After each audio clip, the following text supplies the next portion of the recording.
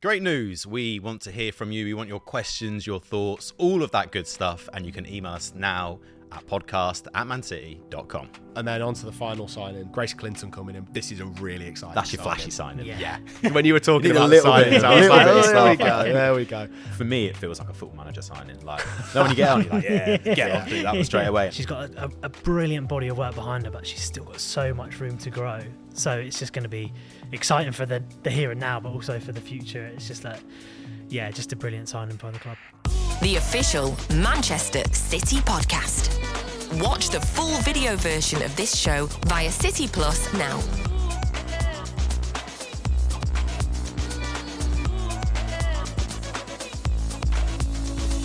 Hello and welcome to another episode of the official Man City podcast, a WSL season preview for you today before the season gets into full swing. I'm your host, George Kelsey, joined by our other hosts, Sam Cox and Liam Loftus. How are we, lads? Yeah, good, thank you, mate. Nice to be with you both for the first time. I think the first time all three of us have been on, isn't it? A pleasure. It's been a while at least. Yeah, serious link up, all three of us. It should be nice to get into some football, right? Dangerous link up that. But before we get into the season, I suppose the obvious one to talk about is the summer we've just had. I mean, what a summer. It was unreal. Let's talk about the Euros first. Obviously, we've had Carolyn having success with Brazil as well, but the Euros, I know it's easy to say this after the success England had, but it felt like another transformative summer and tournament, and hopefully we're going to bear the fruit of that this season. Yeah, absolutely. I'm sure you agree, like you say. But also the standard of the football was on show across the whole tournament was really good. It wasn't one of those that heated up at the knockout stages. It was like really good for the duration, consistently good. And the football on show, the drama, the narratives, and like I say, it always helps when England bring it home and retain the title. So brilliant, and we'll hopefully continue that momentum going into the new WL season, which is already looking to be an exciting one. It felt like the perfect storm, right? Obviously, the success of the last one, and then England lose the first game, and everyone was like, "Oh, is this not going to be it?" And then it was like constant redemption. They didn't do it spectacularly. It was sort of ugly, but it got it done. We got it done, and like you said, the standard of football was unbelievable. I feel like there was so many eyes on it. There's been so many chances in the WSL. It's going to be a lot of keen eyes. I mean, like, fantasy football is going to be flying, right? Because everyone's like, I've been on tactics all day. I'm Tinkerman, like, I know everything. So, I just think this is probably lining up to be one of the most exciting WSL seasons. I feel like we sort of say that every year, but it's just the trajectory it's on. It's just crazy, right? 100%. Yeah. I think what was nice as well about the Euros is that obviously, as we're all supporting England, and it's great to see them win a tournament on foreign soil for the first time. But it's seeing the other teams that you might not expect to be challenging, your likes of Italy getting far and to be honest, being quite unlucky towards the end. And I mean, Sweden are always a powerhouse, but they looked really strong. France, I know, was sort of a bit of a pre-tournament dark horse, if you like, but they looked really strong. And Switzerland as well, the first time they've got in a knockout tournament. But it's really nice to see multiple European teams outside of the sort of the elite that you expect really challenging and showing on a world stage sort of, we're here too, and we're here to get you almost. Yeah, I was really impressed with Sweden in particular. The way they navigated the groups, and then, like you said, similar to what you said about Italy, when they played England, they were fantastic for maybe 2/3 of the... For 89 minutes. 89 minutes, maybe even longer. So, but in terms of the game as a whole, to see those nations really challenging and having those games being so close, like you say, it's just beneficial for the whole game. And maybe even their domestic leagues as well, to show that the players in those countries there's talent there, and they can hopefully boost those and make it even more competitive, maybe European competition in club football. So overall, having those nations do so well, it's just going to help the whole game. It felt a bit like the new guard coming in. There was a lot of players who had been big names in national teams for the last couple of years, or not even a couple of years, like a long time. Didn't make the squad, and you're like, okay, what's this going to be like? We've lost some really big names, but I mean, heroes were made, right? They're just like, I'm thinking like Wendy Renard being left out. You're like, oh my goodness, but then France were great. Like, I mean, no disrespect to Wendy, I think she's a fantastic player, but there's so many. Sometimes it is right. We'll bring in new players. We'll do this, and like you said, there's talent there. It's their place to shine, and what a stage to do it on. Yeah, and some of those players I'm thinking of Iman Benet for one. As a player who came through, has shone at the tournament, and it just makes things really exciting that City have we obviously had a season where we didn't quite hit the standards we'd like to from our own admission as well. But to then go to the Euros and play a significant part in an amazing tournament, it just, when you come back and think about the new season, it makes it even more exciting, thinking we've got players who have shown what they can do on the world stage here, and now they're coming out and playing at the Joy. It's class. I think for me, Rebecca's story Yeah. to the international stage and then playing every game up into the semi-final, I think that's really resonated with me, and I'm sure it has with you two and everyone in the who follow the game closely, because like her story of playing youth level football for Germany and then not making her senior debut till February this year, and then played every game at the Euros to get to the semi-final. So she deserves so much credit for that alone, and then also adds to what you were saying, George, of the excitement that she's coming back here and they're going to be at the Joy Stadium, these players who have impressed and shown what they can do on the European stage to the world, and they'll be here at Man City. It's so exciting. It's like the whole story of that is like shocking, because from the time Rebecca joined, made her debut, she didn't miss a trick. It was like she'd been playing at this level her entire career, and then straight into Germany. You think, oh, like this is a Champions League player who's gone to finals, played semi-finals, played Euro semi-finals, and it's like she just looks so comfortable. And I think, like you said, knowing that she's coming back to join us to be in the centre of our defence, it's like, yeah, like we're sweet here. Like we're in good hands. It's exciting.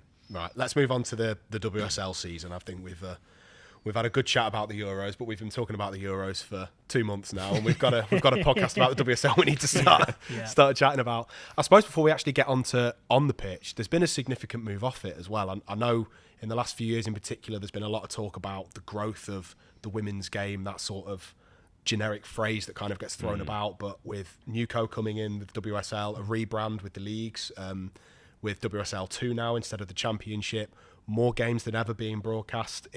It's one of those where we might not see those sort of tangible signs straight away, but more investment in the league, better facilities for players, attracting better players from overseas as well.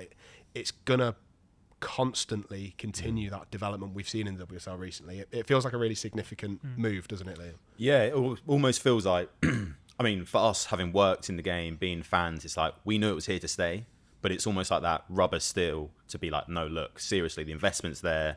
The players are going to be supported. They're all going to be getting the facilities they need, the care they need, the training they need. And it's like, you know what? This is, like you said, something tangible in terms of the right direction. This is what we've been shouting for years. And like to finally get it, and especially like, not to go back to the Euros, but after that high to then be there again, is like, yeah, it's what the league deserves. It's what the players deserve. And it's what the fans deserve as well, right? I think that visibility is key. As you said, we've been in the game, we've been covering it closely. Maybe we lose a little bit of that objectivity of how visible it is to people. Maybe the casual supporter who really like to see what they're seeing at the Euros and then maybe needing it to reaffirm that. So I think that visibility is key in like the broadcast and having more games than ever. It's only going to do that and be visible for those people who liked it at the Euros and want to follow up on it and maybe didn't know how to before. And I think that's going to be key for the whole game moving forward. Does mean we lose out on our Friday nights quite a lot, though, doesn't it? Eh? That's all right. I don't know, Friday night plans spent anyway. the joy anyway. Yeah, it's true. Yeah. Good answer. Good answer. Big change at the helm as well with City this summer, with Andreé coming in, Andreé Jeglertz, our new head coach. He'd obviously been at the Euros, mention it again. Can't get away from I know, yeah. Can't get away. It's just intertwined. All roads lead to the Euros. He'd obviously been manager for Denmark at the Euros. He'd had a lot of success in club football before that, especially with Umeå in Sweden. Got to 3 European finals, winning one of them at the time. Experience in men's football, women's football, youth football.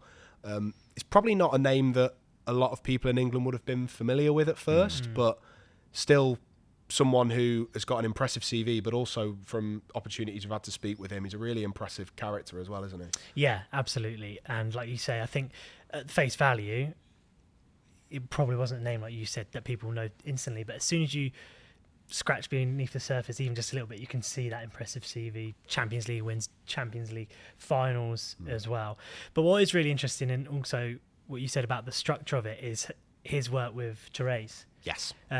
Obviously she came in December last year officially, and I think when we spoke to her, she said they've had a relationship for a long time and she's wanted to work with them for a while. So I think it makes even more sense to bring him in and have that contingency from her position and then the head coach. So like I said, I think it was just a really smart move all round, but also quite a coup in terms of his CV alone and how it's going to work here in the structure at City. Yeah. We were speaking quite a lot before we actually started recording, weren't we, Liam, about how the team's set up against Chelsea, and we'll get to the Chelsea game a little bit later, but it was interesting. It was just, he's talked about this not being a revolution, it's about tweaks. Yeah. And there were some interesting tweaks and real promising, particularly off the ball, you spotted. Yeah, I think just going back to like him at Denmark, the versatility to play. He played 3 games in the Euros, 3 different formations. And I think they looked very comfortable. Obviously, they didn't have the greatest of tournament, but a manager that's confident and a team that's confident to go, look, we're going to completely change it for these 3 oppositions, I think is massive. Because a lot of managers feel like this is the way we play. Yeah, it is or it isn't. Like, we'll see what happens. But the versatility to change, I just think like that's priceless. But going back to the Chelsea game, I was really impressed with City's pressing. I think a lot of the time, previous years, we've been amazing in possession and we almost bully teams. But then when we're not in possession, it's sort of like, okay, where are we now? What are we doing? But the pressing from City against Chelsea was unbelievable, I thought. It was really like, especially this early on in the season, they've had long tournaments in the summer, and to see it, like the energy, the pressing, I've got a lot of time for that. I think as well, as a fan, like, that's what you want your team to do. You want them to work hard. It's okay, we might have lost 2-1, but I can see they've left it all out on the pitch, and I've got a lot of time for that. Yeah, I agree in terms of after the Euros, it's probably a shorter pre-season, a new manager coming in from the Euros as well. And to have that, it's almost, you can see that identity straight away and what he wants from that press. And I think that's really impressive to get that buy-in and then to see it in such a short space of time against the champions, to give them a real close game. So massively impressive signs, and that'll only improve going forward as they spend more time with each other on the training ground. Matches will help that. That competitive environment is probably the best place to put it into practice. And yeah, I think the early signs have been really impressive. It's one of, if not the toughest game we could have this season, isn't it, to start with? And the key note, again, that I remember him saying in his post-match was talking about belief in the players, as you said, buying into the system. So if you start a game, I got to say, I thought City started really well, and it can be very easy to, I imagine, to go into your shell at a ground like that, Stamford Bridge, against a team that has obviously had an unbeaten treble-winning season the year before. But from the get-go, there were a couple of times very early on, City win possession back, high up in the Chelsea half.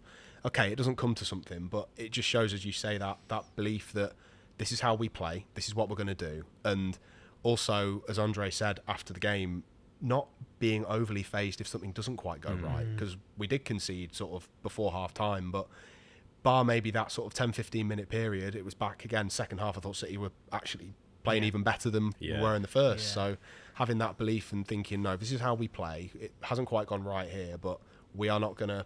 We're going to adapt if we need to, but this is the direction we're being given.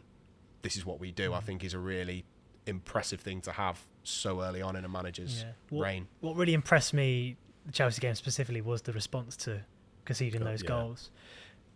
I think not just City, I think other teams, if you go to Chelsea and you concede, you're then kind of on the back foot, but that was not the case at all. After we conceded the first goal, we went straight in the offensive. I think Bunny had a good opportunity straight away. Alex hit the bar from the free kick. And it was similar in the second half where, again, they've scored on the break after we've had a prolonged period of good football and good pressure. But the response from that to then push and then go again, obviously the goal comes from that. But a relatively short space after time. I think the response to the adversity in that game was what impressed me the most, after such a small space of time, to have that mentality, to not be fazed by having those setbacks and to just keep going. And I think that's what I picked up was really impressive, that mentality. And it's like to stay organised, to stay in maybe the new identity we're going to see of this team. But I mean, many a team, like you were saying, go to Chelsea and go a goal down, and it's right, let's go back against the wall here, because they can take you apart. They can put 5 past anyone, sort of thing. But to keep mentality, keep the organisation, and be like, all right, let's just play our game. Like, I mean, it's so tough to be drawn against the champions on the opening day, but yeah, it's sort of a baptism of fire. But it's tough, but also like there's a lot of learning. It's a strange one, because 2-1, you've lost, gutted, but we were good. We have learned a lot, so it's one of them. It's one of them. I'm happy, but like also I'd love points in the board. Of course, you want to win, don't you? That's the key. Yeah. I suppose I was thinking in my head then about the key sort of tactical switches, and The ones that jumped out that were obvious were obviously the positions of the wingers with Kirsten. Mm-hmm. Kirsten effectively playing almost as a wing back at times with the ball, but then out the ball sort of dropping in and making it a back four, and Lily Murphy doing the same on the left, with Alex then dropping to left back when Chelsea were in possession. Like, how, it's obviously early days, but how do you both think that kind of worked, and how important was that in terms of our build-up play going forward as well? I found it really, again, was encouraged by it, and as we've said, not loads of times on the training ground, and then in a new formation, I thought it worked really well in and out of possession. Obviously, we spoke a little bit before we started recording about how it did move fluidly and how to address the different patterns of the game, and I think that versatility will be key in addressing those sort of challenges you face throughout a match. But I like the fact that, because we saw it last year, obviously, when it was kind of needs must with injuries, when Kirsten kind of played right wing. Yeah. And that's been identified as something that can work for us defensively in kind of when it moves to maybe a back four, but then also when she's in playing right wing, it works really effectively to get her up the pitch and to use that, the pace that she has, can really and make the engine, unbelievable. To make teams go from having to think about her maybe pushing them back rather than trying to push her back. So I think it's a really intriguing style we're going to be playing, and to see throughout the rest of the season how it shapes up against the rest of the division. I think, we spoke about it before, Iman coming in. She played right back for Switzerland, but then we've seen her further up the field for young boys. Maybe she is that's the player that was signalled out to go, look, she can really play that position. She can play right back out of possession, but going forward when we're in possession, she can fly forward.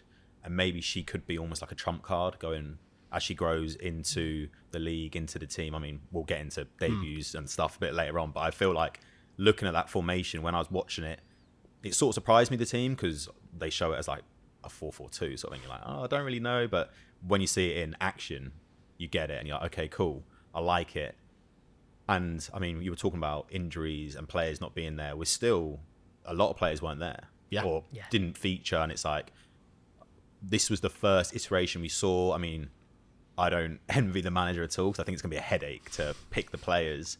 But yeah, I think early signs are there, and it's exciting. It's slightly different, and maybe we'll play a different sort of brand of football, but I think the players are adapting well. I think it was really encouraging. What I would say about, as you said, about the players who weren't there at Chelsea, and a sign of a manager who knows the players he's got and the system he wants to play, you could see Carolyn and Alba playing in that team, just seamlessly fitting in. And I think that's credit to the manager, knowing who he's got and the way he wants to play. But also it's hugely exciting to know that you've got two really amazing attacking players who will sit and fit into that team really, really easily, and will probably thrive in that team. Yeah, and obviously we want to talk about City, and we will talk about City the whole time. Just got to have a quick word on Ellie Carpenter.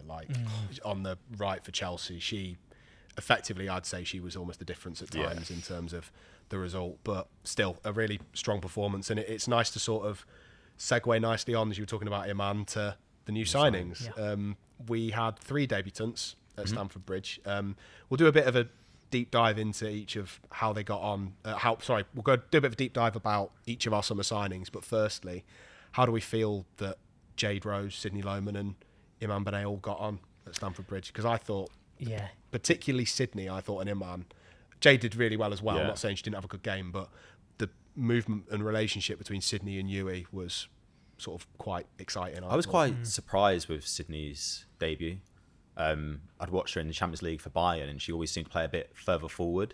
I mean, we spoke about off, and I don't know how to explain this without, like, when I watched her, Sydney almost gave, I don't want to say gave them a yard, but she almost gave herself a yard just to figure it out. Yeah, and as the game went on, you could see it. It was like, okay, right, I'm in a new league. This is a new team. Let me just give myself a little bit of thinking room. I just thought it was like a really intelligent play, and her playing almost deeper than Yui, and like letting Yui go forward. I thought was like, I didn't expect it. And I think it almost caught Chelsea out as well. And we were saying before, like I did some filming with her a couple of weeks ago, and she's tall. Like she's not going to get bullied in that midfield at all. And I think that showed. And she can be the anchor point, but also like she's got the ability to carry the ball forward. She pops up a goal. She gets assists. I think she could be like a really dynamic player for us, and I think we saw that in the Chelsea game. I thought she was very solid. I thought it was like a mature debut. Do you know what I mean? Like it was right, even like the yellow card. got to take it. Yeah. But it's again showing like you're footballing now sort of thing. And I thought like I think she'll be a great player for us. Yeah, on Sydney, and I mean this in the best possible way. I thought it was a mean midfield performance. Again, in a difficult game to go away, and often those matches are won and lost in midfield, and I thought she didn't give anything up. And like you said, even the yellow card, it's just game management. And Chelsea are on the break. To have that, like you said, Nous to take the book in, stifle the game, I thought she was brilliant. And like you say, the muscle and the strength in midfield that she'll provide to allow you to go forward or her to go forward and you drop deep. I think that relationship's going to be really interesting to see develop. On Jade, as we've spoken about before on other pods of his one with her, arguably that was her first real professional game of football after what she's done at Harvard. Obviously played for the Canadian national team 28 to 30 times, but that is going to be one of the hardest games she ever plays. Yeah. And that to be her first game in English football, her first game in real professional WSL football. I thought she gave a really good account of herself, because there's a lot more than just playing the game that she had to maybe adapt to the style, the crowd, everything. And I thought, like you say, although it was definitely key learnings for her in that game, I thought she grew into it. And I thought second half especially, her in the back 3-4, didn't really put a foot wrong second half, and I think that first half she really grew into the game. Yeah, she looked very comfortable. Yeah, really comfortable. And then I think, like we said about Iman before, more of a cameo towards the end, but looked really sharp. And when we're pushing for that equaliser, looked a real threat when she got onto the ball. So for those three debutants, I think that was really impressive. Showed what to come to expect when they play for us in the future, but also for them, it's a really key learning process to go to Chelsea and have that game first. That's the thing, that's the litmus test, isn't it? We're talking about them having a good performance, but like with Sydney, for example, we're talking about her having a really strong game against Micah Hermano, Kira Walsh and Erin Cuthbert until she came off. Like that's a serious opposition. And same for Jade, she's up against Aggie Beaver-Jones and then she comes off and Macario comes on. These are top players that they're competing with and challenging. And like Andre said, I think it's really promising seeing what's going to kind of come in the future. We'll move on to the other signings as well quickly. So we've actually talked about the first three signings of the summer who all came in. So we've signed three other players. Eartha Cummings came from Rosengard, where she'd had a lot of success, obviously with Therese initially and with Rebecca Kinnack, and then has come Scotland International. Laura Wienreuter, who we obviously know very well from her time at Arsenal, but also a loan spell. Again, great signing, versatile, really popular member of the team, so that's fantastic. And then obviously Grace Clinton as well on deadline day, which is a really exciting signing. So we'll start with Eartha. Obviously just more competition for places in that between those goalkeepers. We've got four now. A couple have gone on loan. We've got four really strong options there between the sticks that are going to challenge each other as well. Yeah, that's only going to drive standards between them and raise their game. As we saw last year, Yama played a lot of games. Kiara still played a lot of games. At City, there's no real defined number one, and I think that's a good thing, because that opportunity is still there. It's not like this person's number one and then the rest are kind of amongst themselves. I think it's a really competitive environment, which is only really a good thing to get the best out of each other. And for her, coming from Rosengard, she knows Rebecca, she knows Therese, and I think it's just you talk about smart signings in a window. I think she's one of those across the board. I think when you look at them all, I think it was a really smart and really good summer in terms of signings, but especially her to come into that goalkeeping contingent, just a really smart, almost like a no-brainer signing. You know what I mean? She's got experience of winning titles in Sweden. She knows how to play at the highest level and the high-pressure environment. So for me, I think that's just one of those signings which is just going to keep driving those competition and those standards. Just jump in on that as well. This obviously doesn't define your ability as a footballer, but from speaking to her, she's really bright, really eloquent, really positive. So even if she's not playing, let's say Kiara's in or Yama or Kate Stark, whoever it is, she's bringing so much to the table off the pitch as well, just with her attitude and the way that she approaches not just football, just generally how she is with everybody. She's a real sort of pleasant and positive person who you come away from a conversation feeling better. Which is going to be huge. Our little goalkeeper union, I think the balance, the chemistry, you watch them in training and it's infectious. And it's like you guys are all competing against each other, but there's no bad blood. Everyone's cheering each other on. It's all so positive. There's players in different stages of their careers, but it's like we can all come together and be the number one here. And like you said, there doesn't seem to be a defined one. And I think there's almost, instead of it being like, right, I need to step on you to get up, it's like, well, no, there's actually enough games for all of us. And it is an interesting sort of atmosphere, because I don't feel like I've seen it much before. Maybe in like international teams, you see it slightly. But the way City have maintained it and like captured it is, I think it's special. Like, I do think it's special. And I think that harmony in the squad will only like radiate and go forward to, oh, it's okay if there's 3 people at right back, because look, the goalkeepers are happy, so I can't be unhappy. So I do think it's important, but like you said, it's a smart signing, a bit of a no-brainer. And I think that's sort of how our window's been, like just smart signings. Yeah, agreed. And I think not everything has to be mega flashy. I think sometimes make little tweaks and you press on. Yeah, exactly. I think Laura Wienreuter's that exact signing. Yeah. She's really consistent, really dependable, versatile as well, intelligent. It's a really smart signing because she can play anywhere across the defence. I'm pretty sure she's played in midfield before as well at points. Yeah. Like, she, again, just fits so many different options for this team. Yeah. And similar in terms of Eartha, we've all had the pleasure of working with her at City, seeing her after games. She's another one of those just really nice people who Nice signing. Again, kind of infectious when you speak to her, and you need players in the squad like that. It's almost like sometimes building a squad is almost like an art form in a way, and you need people like that who are as good as they are on the pitch as they are off it, and her versatility will be key in 3 competitions. And we got again, I put that in the bracket of no-brainer signing. She's been here. She was here on loan last year. She knows how it works. She knows the dynamic She of the gelled so team. well with the team as well. She's fitting straight away, and she's going to provide that competition and also stake a claim for those places. So again, just another no-brainer and really smart. I know we're going to keep saying that because that's what we reckon about the whole thing. Signing, but I think that they all are. But especially for her, it just makes sense, doesn't it? Just completely made sense. Yeah. And then on to the final signing, the one that obviously there was a lot of fanfare around it on deadline day. Grace Clinton coming in. Before we go on to Grace, just obviously a word on Jess Park, who I know was obviously a fantastic servant for the club, and we wish her well in her future career, because again, she was brilliant to work with and a really popular member of the squad. So best of luck to her, and a big thank you for everything she did for the club. Yeah, absolutely. I just want to mention that season when we just came second on goal difference, when Jill was injured for the rest of the season, and the way Jess stepped into that midfield role was just, with all due respect to Jill, you kind of didn't miss her because how well Jess was playing. Yeah, she really stepped up. Especially that Manchester derby at the Etihad when we won 3-1 in particular. So yeah, I have nothing but praise and wishing her well. I just think she's been like the perfect professional from years back. I think she was probably like 16 when she first came around the first team. Yeah. And like doing like media days and stuff with her.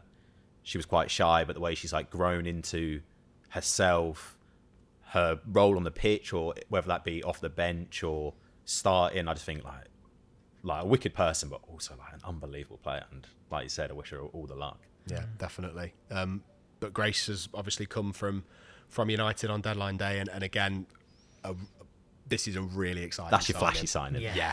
When you were talking You need about a little signings, bit- I was a like, little bit of there we go. I mean, we've had the pleasure of lucky enough to watch City United fixtures, and particularly last season. 9 times out of 10, she was seriously like dictating play sometimes, and a real sort of thorn in the side of City. So it'll be great to have her doing that for us rather than against us this time. Yeah, and like you say, we were obviously there at each of the Manchester derbies last year, in particular the FA Cup semi-final at the Joy. That was a day where she just ran it, and to have that on our side this time is going to be absolutely massive. And like you say, just she's still so young as well. She's got a brilliant body of work behind her, but she's still got so much room to grow. So it's just going to be exciting for the here and now, but also for the future. It's just like, just a brilliant signing by the club. I mean, she brings so many goals. I mean, I think she got 9 in. Let me check my stats. Yeah, she got 9 last season. She got 8, and she got 4 when she was at Spurs. I think she is almost what Jill could be, like to lose Jill and then for her to come in, you're like, okay, yeah, I can see where that works out. I don't know what formation-wise, but she is. I want to say unflappable, but that feels like a goalkeeper term. But she doesn't seem phased. She sort of plays the game at her speed, and it's like, look, you can't really press me. Like, I'm going to do what I want to do. Like, you can, a bit like Yui is. Like, oh yeah, you can come, you can press me, but if I'm going to spray it over there, I'm going to do that. And I just think, yeah, it's just a great signing. For me, it feels like a Football Manager signing. Like, when you get on, you're like, yeah, get on, do that one straight away. And I was like, when the rumours started coming in, then through the whole way, deadline day, you're like, that's one that gets you off your seat. Like, you're checking, you're refreshing all the pages, trying to find out. I think she's going to be a wicked. Unfazed was the word that came to mind when we were sort of looking at her career, when we were doing the research for turning around her content. Scored on her England debut. I think her first start for Everton was in a win over Liverpool. Went to Spurs, tore it up there, and kind of her first consistent season in the top flight. So I just think any stage she's on, we've seen it at the Euros, of course. Any stage she's on, she just feels comfortable. And I think to have a player like that for City in high pressure moments when a lot of your games, the microscope is on you. I think to have a player like that is so invaluable for her and for everyone. I think the goals are key as well, like you say, Liam. Yeah. It was only Elizabeth Turland who scored more for United last year, obviously the centre forward. So if she brings that into a game at City, whatever position she's kind of put in and trusted to play, if she continues to add that to a game, it just takes City to another level as well. What I thought was really interesting when she was doing a lot of her sort of signing stuff was she, right from the get-go, was talking about City's style of play. I love this style of play. I've admired it. I can't wait to be involved in it. So I suppose my question is the £1 million question. How do you see Grace Clinton fitting into City's style of play? I'll let you go on this one. Well, let's have a look at like the 3-5-1-2. I mean, she definitely has the ability to play 2-1. Yeah. So she definitely has the. I'm like, lost already. too many changes. I think that's 11 players. Yeah, so someone's like, it's on 14 players. Yeah. She can definitely play in that front two behind Bunny. I think her and Viv could be incredible there. I think Lauren Hemp and her could be really good there as well. I mean, we saw Hempo dropping deeper and more central, so we'll get onto that. But yeah, I think she could play there. But also, I think she could play as like a flat midfielder with Yui, Sydney, and her. I think as a midfield three on their own. Yeah, exactly. Like that is, I'll take that all day long. I think any team in the WSL in the world will go, yeah, we'll have a bit of that. But she is versatile. I mean, she carries the ball really, really well. But yeah, I'd like to see her either in the flat centre mid of that 5, or maybe going forward in that 2. I mean, either way, I think she's going to thrive. I think, like we said, we saw Sydney dropping back. We know Yui can do that. If it's like, right, let's rock, paper, scissors it and see who goes forward. And you'll be happy with any one of them. Any one of them picks the ball off the edge of the box, you're like, yeah, we're sweet here. Yeah. But yeah, I think she's got the ability to sit deeper and maybe not be like a defence midfielder, but she's not lightweight. She moves well. So yeah, I think maybe as that, I want to say like the second part of the Christmas tree, but it's not. But do you know what I mean? Like, that's how I see it in my head. Yeah. One of the it's one of the, like the almost attacking midfielders behind a striker. Maybe even like as a 10. I think I don't know if she's played there much, but I could definitely see her doing it. I think she's got all the necessary attributes, the skills to do it. I think watching her fit into the team and see what they've got planned for her will be exciting. And maybe that's for her as well, to see where else can I be, where else can I play, and then so I think that's probably the thing for me. The versatility, also like the surprise of it. There's positions there for her to play, but.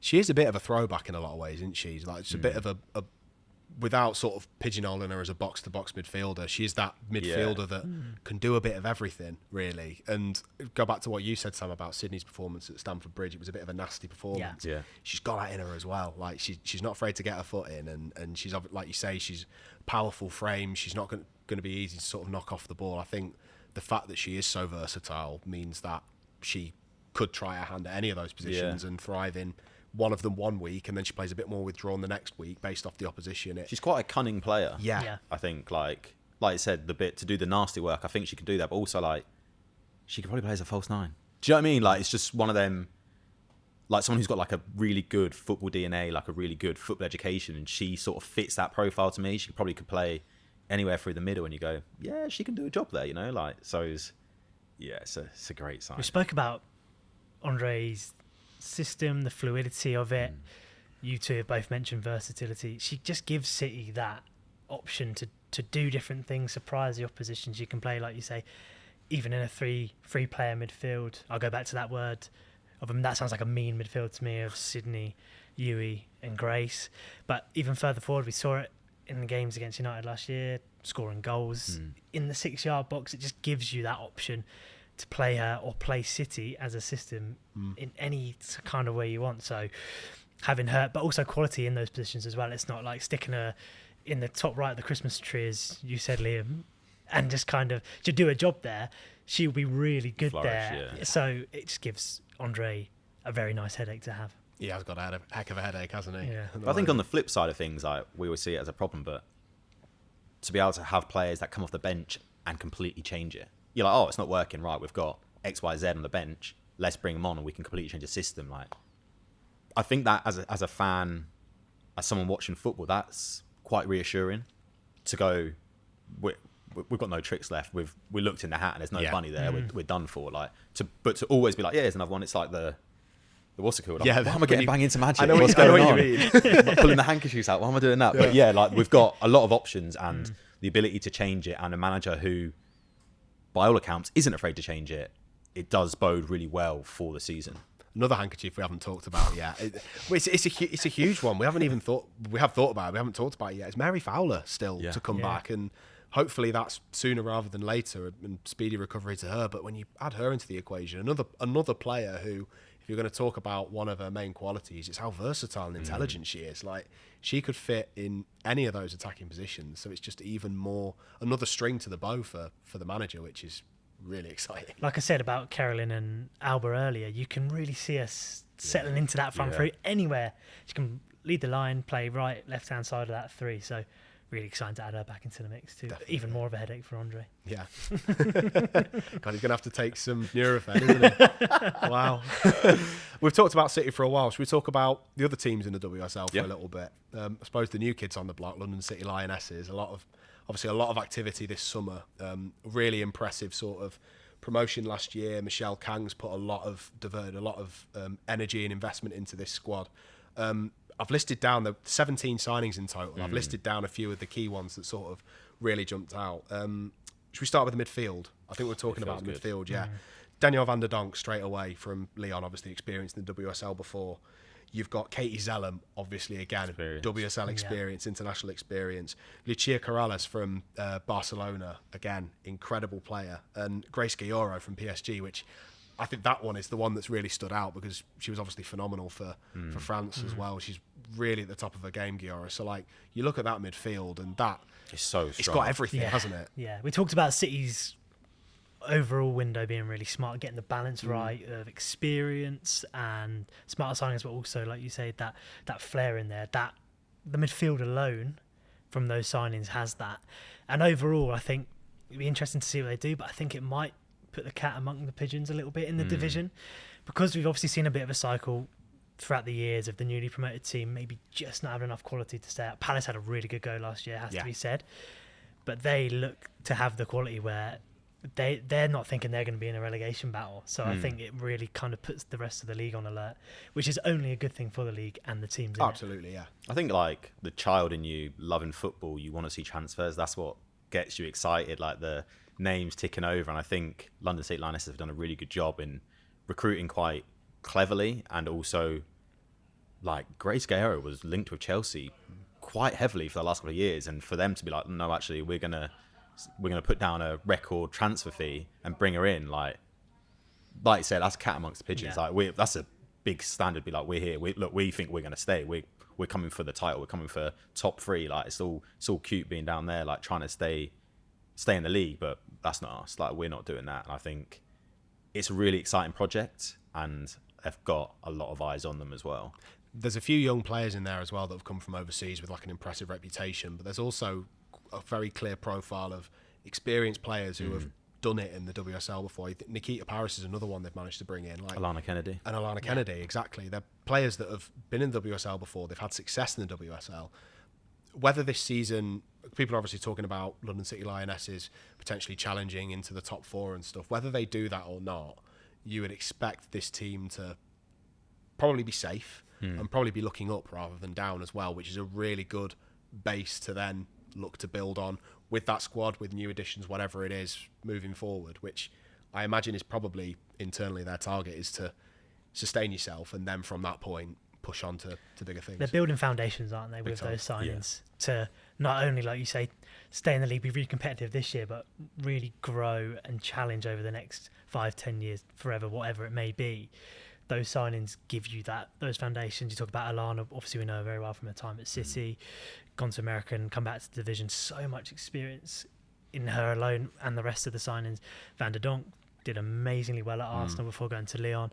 These are signings which, one, give you that winning mentality because they've been there the highest level for those younger players, but then also puts the building blocks in place to really challenge over the next few years. I think it's like, I don't want to say steady, but I do. It's sort of like a core. It's like like you said, your foundations, but like a WSL core, players that have done it all, and they're not just players who have been in relegation battles or have won the league. Like, there's a good mix there. There's Nikita Paris has played a lot of football for a lot of different teams, and I think for her to come in, Alana to come in, Katie to come in, I think these are all like solid signings that, like we were talking about before, like these are signings that people know and maybe will get the fan base going, but also like, it's just you need that. You can't come in and bring in loads of players from around Europe and it's like maybe don't know the league and maybe get washed away, and it's like, oh, they're amazing in Spain, and it's like, oh yeah, but the league's different. But I think the balance has been so good. I feel like I'm almost envious. Like, as much as I love Man City's transfer activity, I thought great to see it, and it's like almost to have a blank canvas and start again. It's like, it's really cool. It's like build your own team almost.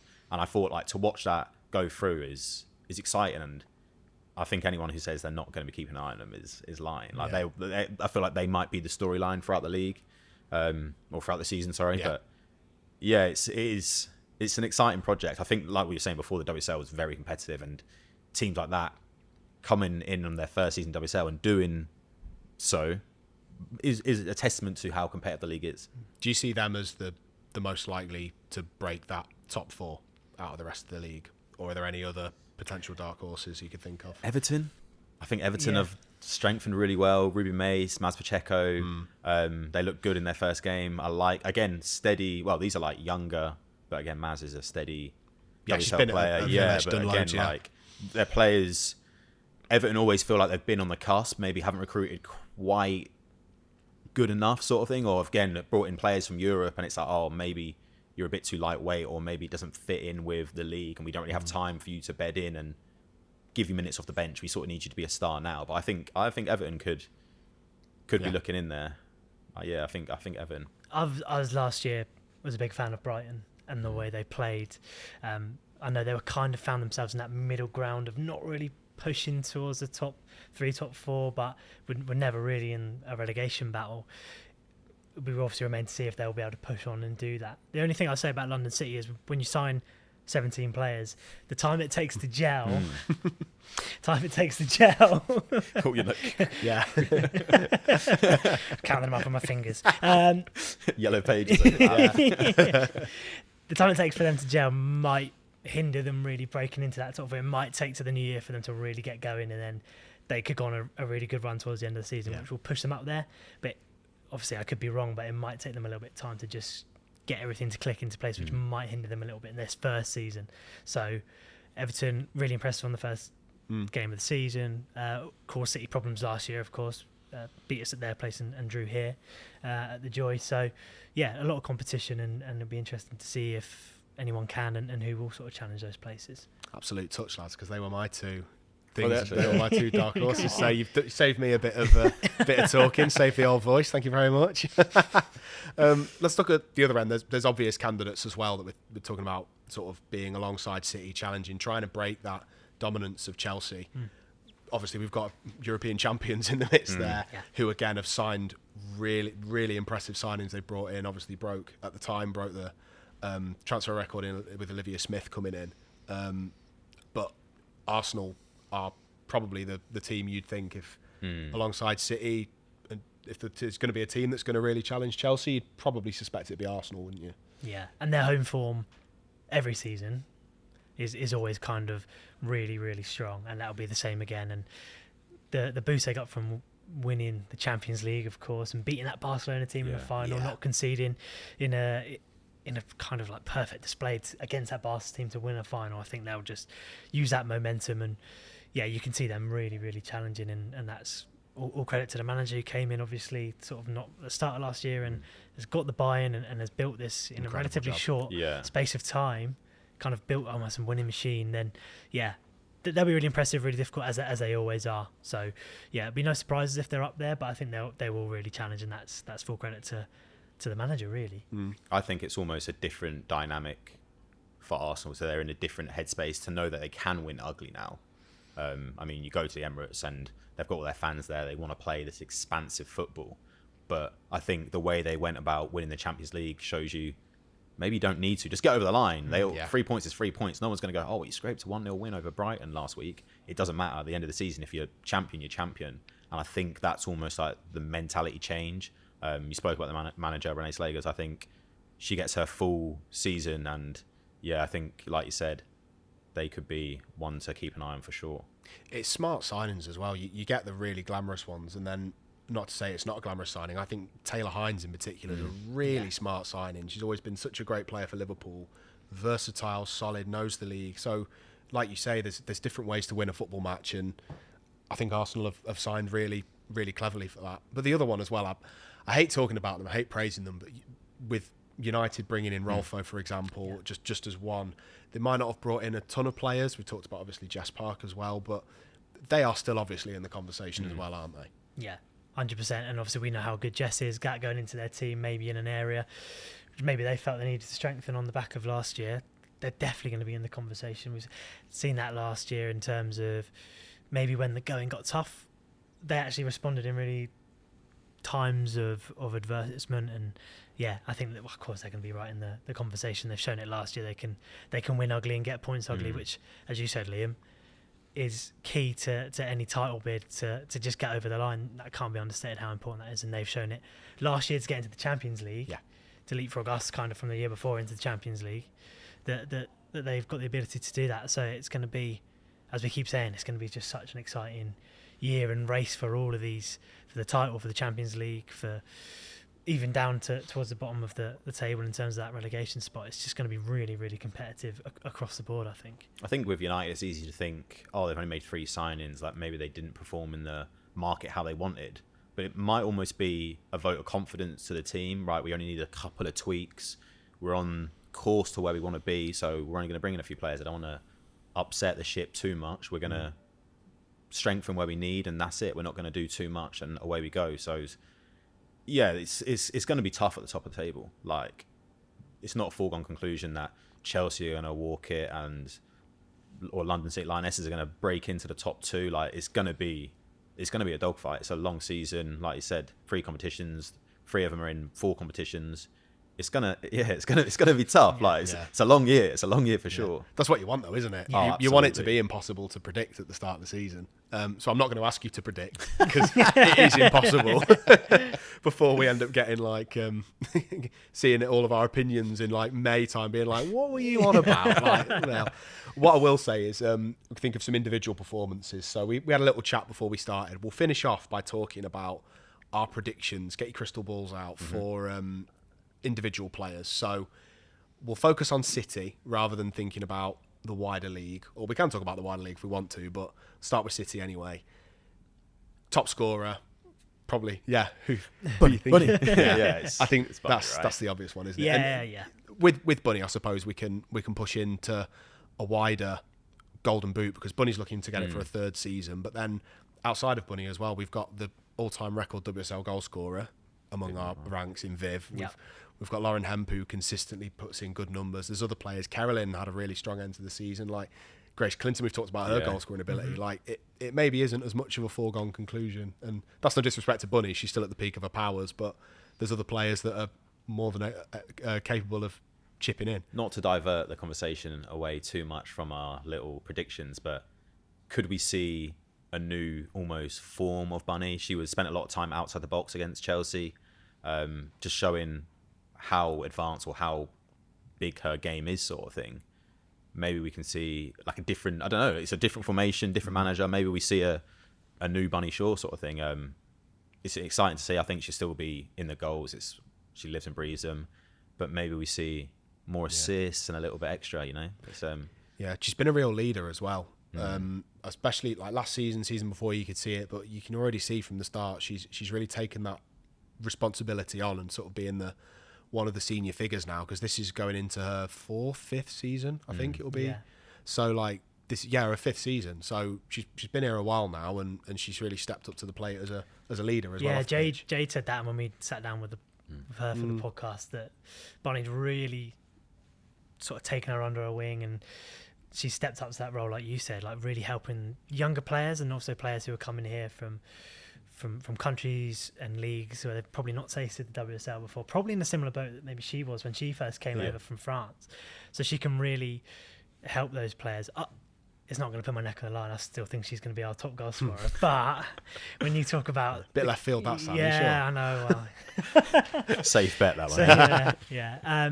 But we talked about, like, even when they go to the goalkeepers, like driving the standards and the competition, for her to have those attacking options within her in that sort of forward department, the way Andreé wants to play here at City, I think, again, it's just going to drive her standards. She, like, we've spoken to her loads of times, all three of us have the pleasure to do so, and she kind of relishes that competition to be number one and stay number one. So I think in the best way, not in a sort of like competitive way, in the wrong sense, I think she'll relish that, and everyone else will sort of drive that standards with her. So yeah, bit left field, but she'll be my top goal scorer, I think. Just a quick funny one about Bunny, just to show sort of the mentality and stuff. Remember when we started doing Player of the Month within the club, and she won in November, so she won the second one of the season. So sort of explained to her, as like, you've won Player of the Month, congratulations. And she sort of smiled, and then she frowned, and she straight away she was like, well, who won in October? And then I was like, I think it was Yui at the time, I was like, I think Yui won, and she sort of went, yeah, okay, fair enough. But it just shows straight away she's always like, she wants to be the best, and she's always going to push herself to do that. So yeah, I think she seems like the safest bet possible. I spoke to her earlier on in the year as well, and she's saying that she didn't think she had a very good season last year. She was like, I was injured, I didn't have a great season. And I was like, you're top scorer. Like, in my head, that means surely you had a better season, that you didn't play the whole thing and you were still the top goal scorer. That to me is like, oh look, I can do it I only need half a season, I can still be the best of the best. But shows the standards. Exactly, yeah. It's like, I didn't have a good season, but you were top goal scorer. It's like, oh my god. Yeah. If you have a good season, like what is that? Is that 30 goals? Is that 40 goals? Like, there's no limit on it, sort of thing. And like, yeah, I think it's a for me it's a shoe-in Bunny for top goal scorer. Potentially a bit more difficult one now. Most assists. We were talking before, so I'm going to say Lauren Hemp in this team.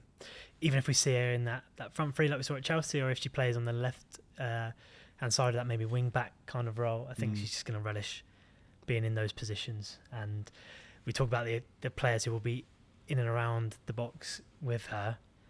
I think, I think for me, I think it's, well, pretty much safe bet for me. But I know there's more. There's so much attacking talent, but I think with players around her, she'll be finding them, picking them out, and hopefully those injury worries from last year are behind her, and a full run for her. She's like obviously just such a phenomenal player. So I'm going to say Lauren for me.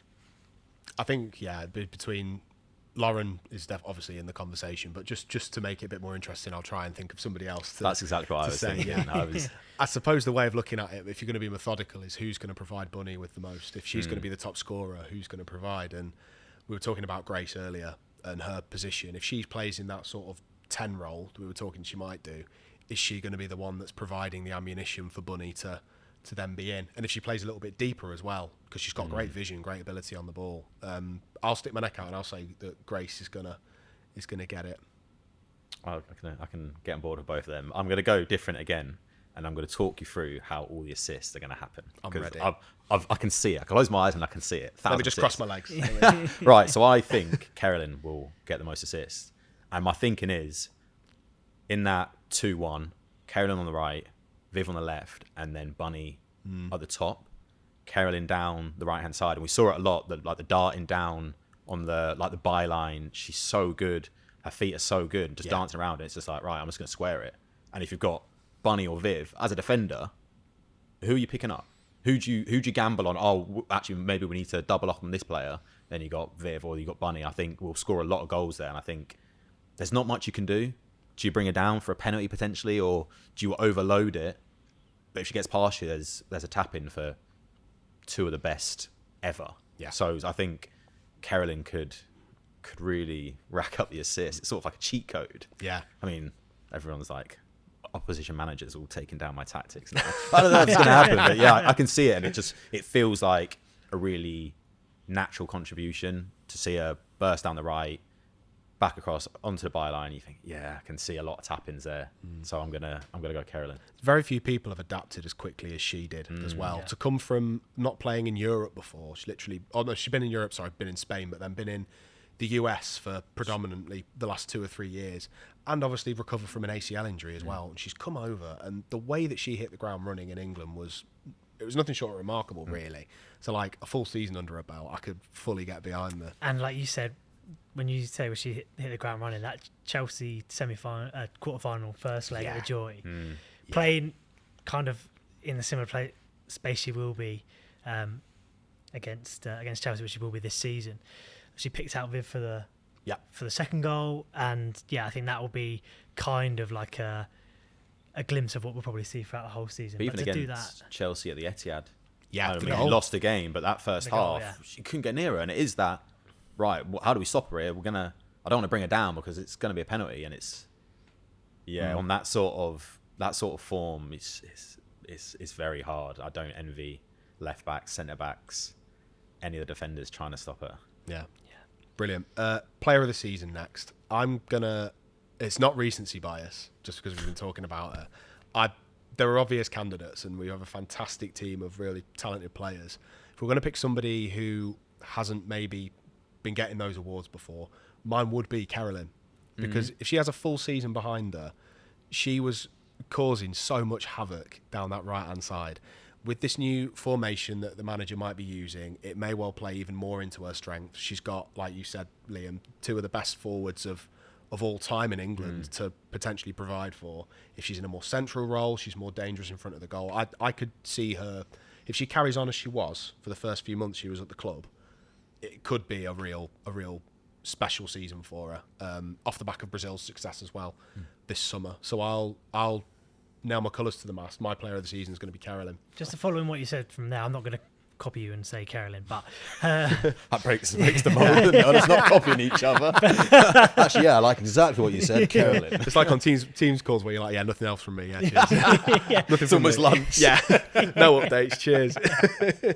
but the way she plays and the way she is, it is almost infectious. Like, you talk about what you kind of need to do to be player of the season is kind of be that player most weeks that fans and us in the media look at and think, just kind of like stopping your tracks a little bit. And she's She's that. Jogo Bonita. Yeah, Like, literally. it's like you want to watch it. Yeah. And you think, go on, dude, what are you going to do? Step overs. Oh yeah, I love that. Like, I know what you mean. And when like you talk about us hitting the ground running with her displays, but also how she is on and off the pitch, and like she's really endeared herself to the fans and to us in the media. So I think that's a good shout. I'm gonna go. God, mine are so like down the barrel of the gun, because I'm gonna go Yui for the second year in a row. She's incredible. Yeah. So Because again, like I talked about the player I love to watch, and also gives the moments where I kind of stop in my tracks and go, wow.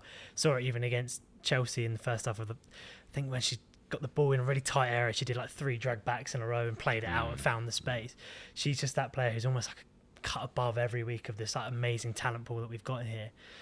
Obviously won it last year in a season a bit more difficult for the club, and her mentality, like you said about Bunny, I was there to speak to her after she was named the player of the season, and we asked about the season, and she just said she wasn't happy with it at all, sitting there with a trophy, but just shows her mentality to go even better next year, sign a new contract, even more settled here at the club. So I'm going to go with you. I think she's just going to improve.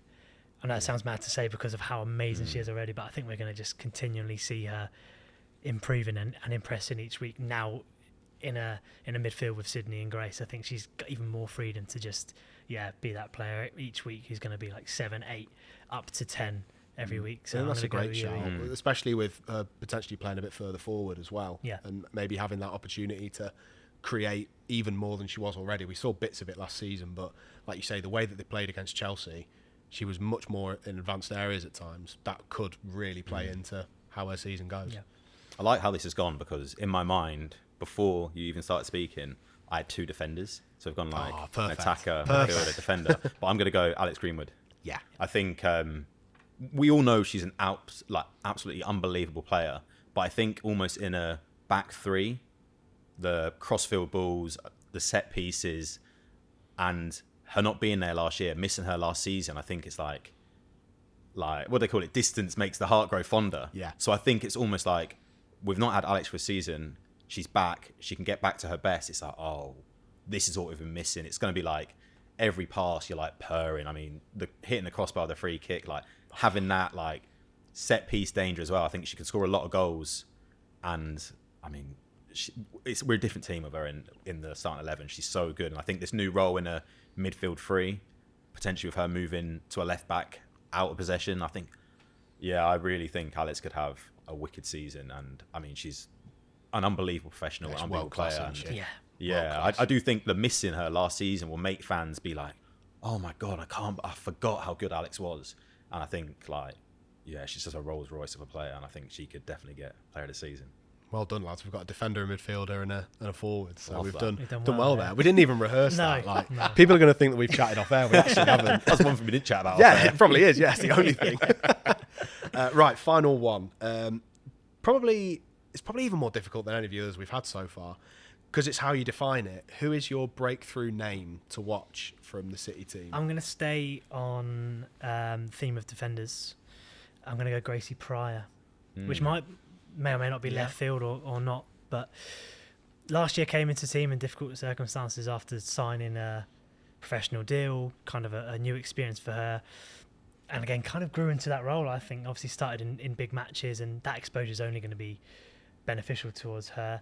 Got the nod for the first game of the season at Chelsea, and her and the rest of the defence, as we said about earlier, I think really grew into the game. Yeah. And I think second half, I think she really marshalled that defence well for a young player.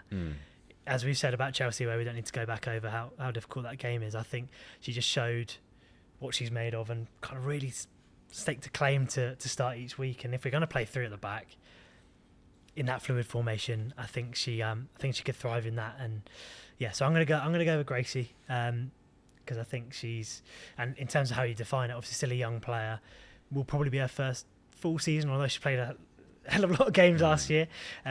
I think she's only going to grow with the season, so I'm going to go with Gracie for mine. And that's a great shout. I think how you define it. I think we've got two sides of the same coin, because mine is again a defender. Maybe this is what I'm going to go Kirsten Kasperai. Yeah, I think not like a young player and a fairly consistent player for City, but I think us as fans and watching her week in week out, we know how good she is. But the rest of the league, I feel like maybe she's overlooked. Agreed. But with the new formation, her potentially playing as a right wing back, we're going to see a bit more of her game. And I feel, as an opposition fan, you don't really care about the defensive performances. But if she's flying forward, getting assists, getting goals, popping up at the edge of the box, I think everyone will be like, oh, Kaspar's a player. And it's like, we're like, yeah, we know. But I think the new formation, well, I say it's a surefire thing, but the ideas we're sort of seeing the 3-5-2-1, I think Kirsten could be absolutely born to play that role and to really show her attributes and everything she's got. I think it could be I think this could be not a breakout season, because I feel like that's almost disrespectful to her previous seasons. But do you know what I mean? In terms season of where she's appreciated by it's almost like she's gone from is it Sundance Film Festival? Yeah, she's gone from that last season to her Oscars. Everyone's going to pay attention now. That's what I feel like. But I think Kirsten could really be oh yeah, she's actually wicked and put the league on blast. Good shout. Funnily enough, we've got the hat trick. I've also gone for a defender. We're not very exciting, by No, we're not, are we? We're nice and solid. We want to stick it. Mine's Jade Rose. For a lot of the reasons actually that we were talking about with how important Alex Greenwood's going to be, and a lot of the reasons you mentioned, Sam, about why Gracie Pryor is going to have such a good season. It's her first season of professional club football. It might take a little bit of time for her to really get up to pace with the league and stuff, but all the attributes she's got, she's brilliant on the ball, she's incredibly quick, she's physical, she's mobile, she's got everything you need to be a top level defender. And you also think if whatever the formation is, if you play a back four, she's got the power and the sort of the vision and the understanding to play that. If it's a back three, she's got the pace and the ability on the ball to do that. I think she could I obviously don't want to put pressure on her because she's still new and she's learning the league and everything.